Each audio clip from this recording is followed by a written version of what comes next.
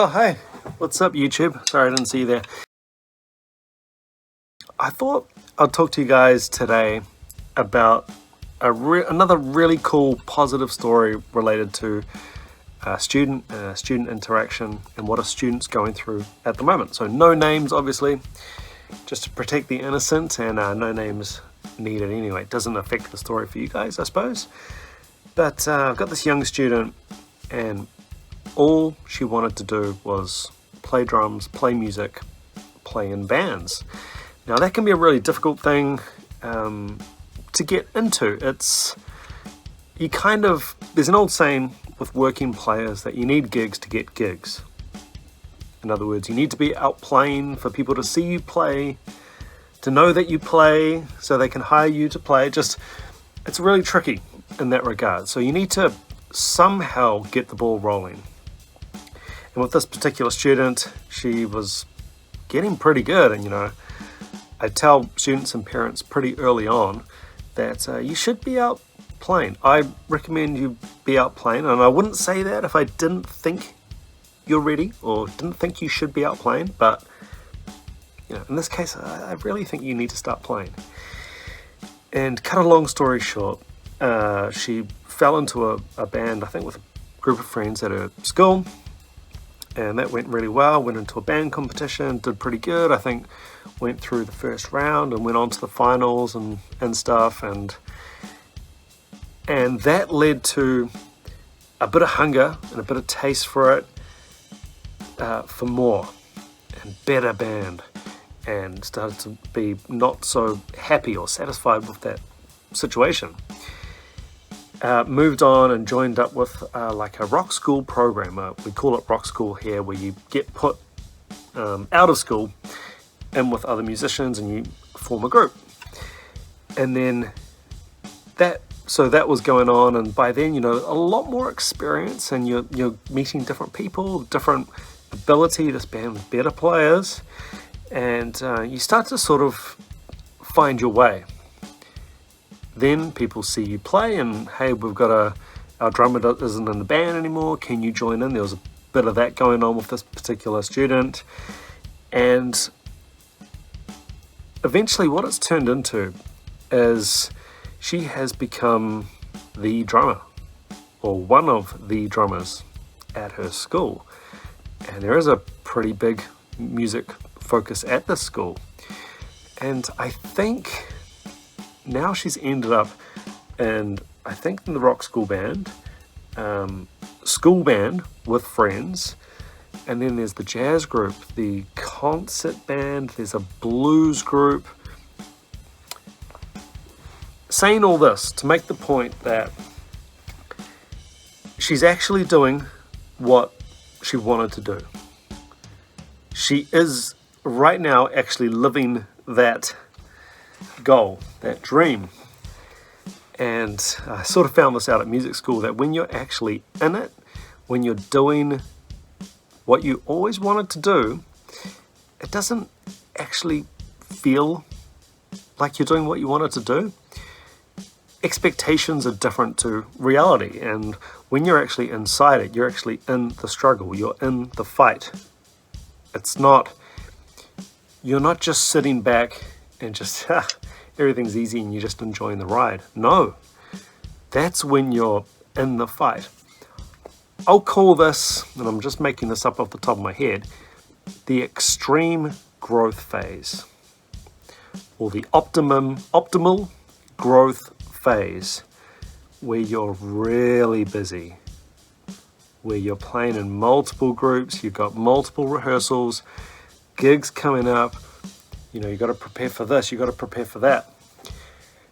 And one thing that you can never really prepare for is that you're never going to practice enough for all these groups. You're never going to feel ready when you're in this optimal growth phase of your career or your drumming, where you're never going to feel satisfied. You're never going to feel like you've got time or the energy to actually give 100% to any one of these groups. And I've been there. I've been in this situation where I definitely had it at uni, where I was playing for different ensembles on top of all my residencies throughout the week. I had 3 residencies while I was at uni of different types: covers, jazz, all kinds of stuff, and then all the other stuff on top of that, like playing for different ensembles, combos, all kinds of stuff. And you're just running around all over the place. You feel terrible. You know, oh, you can't believe how bad you played at that one, and then you're running off to do the next one, and then you know, you've got a rehearsal that night for this other one, and there's so much stuff going on and racing around your head. And you know, I talked to the student about this, and I just tried to make it clear that you are in this growth phase. You are doing, this is what you're feeling, and what you're doing right now is the thing that you've been searching for, although it doesn't feel like it. And to outsiders, they just see this amazing drummer who's running around doing all these different things, and to them, you're probably more or less looks like you're nailing it. But you won't feel like that. It's a really interesting time in any drummer's career trajectory to be in that optimal growth phase. I'm going to go with that, because it's not satisfying at the time. When you look back on it, when I look back on when I've had those periods, I know, I'm like, man, I really learnt and grew from that.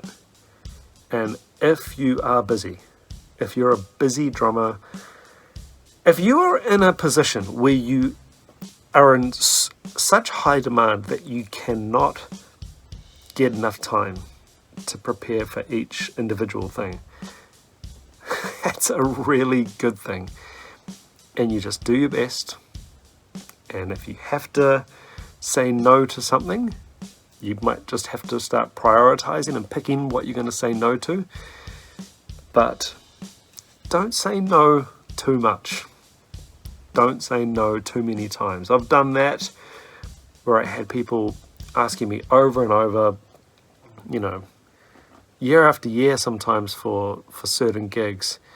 And for whatever reason, either I couldn't do it at the time because I had another gig on, or I didn't want to do it for some reason, or get put into a certain position.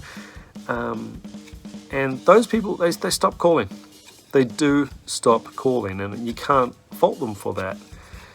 So you have to be careful. You have to, I think, do as much as you can when you're in that optimal growth phase. Just take on as much as you can. And if you feel like you're at breaking point, you do have to stop and think, I'm at breaking point for drumming. I mean, what? I've got so many gig offers and so much going on with my drumming. I can't handle it all. It's a great place to be. Now, I'm not saying you want to go ahead and negatively affect your life or your schooling or you know, your career or family life or whatever, but it's a real fine balance. And I think the biggest thing you can take out of that, any times like that, is just accept that this is a learning phase. You're not gonna nail everything, no way. And the busier you get, the better you get, the better musicians you play with, the less and less and less time you are going to have to prepare and nail things. At this point of my career and at various other points, no time to prepare anything or to, you know, rehearse. And actually, you know, these days I get suspicious if people do want to do a lot of rehearsals. It's sort of like, well, why would we do rehearsals? We just go and play it. And that's not to sound cocky or overconfident. It's just the way it is, that you know And when other musicians are really busy and playing at a really high level, you don't need a lot of time, and you get used to working under pressure, and you develop confidence from performing well in those situations under pressure, and being versatile and competent enough with your musicianship, with music in general, how music works, how people work, and just slipping into situations and doing a really, really good job, and then slipping out, and then doing another situation and doing a really good job of that one. And if you can do that, if you can be that versatile and that reliable and that in demand, you are doing a really good thing. You are doing a really, really good job. So yeah, guys, I would love to hear your feedback. If you've ever felt like this about your drumming, like this young student of mine, where she's freaking out and there's just too much going on, but from the outside looking in, you can see, yeah, this is what you always wanted, and you're kind of there. You've kind of achieved that thing that a lot of musicians don't ever get, where you're just so in demand and so good now that everybody wants you to play for them, and you just have to trust yourself and enjoy it. Remember, guys, hit me in the comments with what you thought of this video, and any other sort of similar experiences you've got. I've got a whole playlist of these kind of videos where I just set up my phone and talk to myself when I've had something really impactful happen in my teaching day, or I remember a funny or terrible gig story, or something that I learned at jazz school. And yeah, I hope you enjoy these little slices of my life. Till next time, guys. Ciao.